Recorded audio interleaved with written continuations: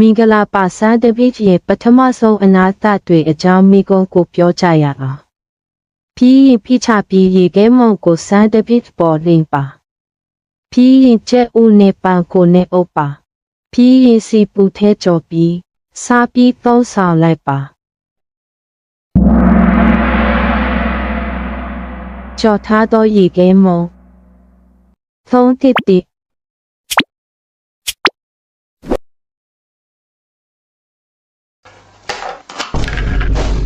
ငါရေခဲမုံပဲမှာလဲ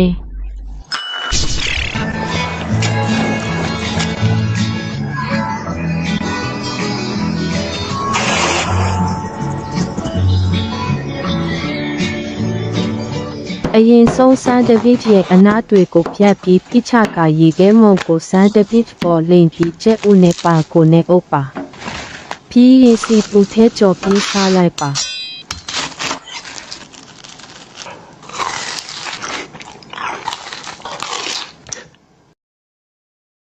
အရင်ဆုံးဆန်တပည့်ရဲ့အနာသတွေကိုဖြတ်ပြီးဖိချကရေခဲမုံကိုဆန်တပည့်ပေါ်လင်းပြီးကျက်ဦးနဲ့ပါကိုနဲ့အုပ်ပါ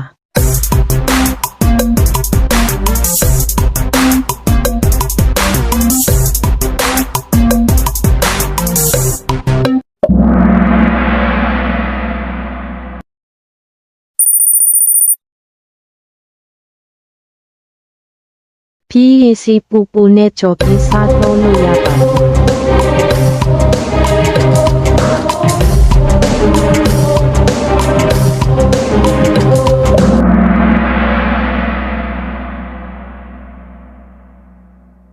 ဆန်တပည့်ရဲ့ပထမဆုံးအနာသတွေအကြောင်းမိကုံးတွေကိုတစ်သက်ခဲ့ပြီးဖိချလိုက်ပြီးရေခဲမုံကိုဆန်တပည့်ပေါ်လင်းကကျက်ဦးနဲ့ပါကိုနဲ့အုပ်ထားပုံအကြောင်းပါ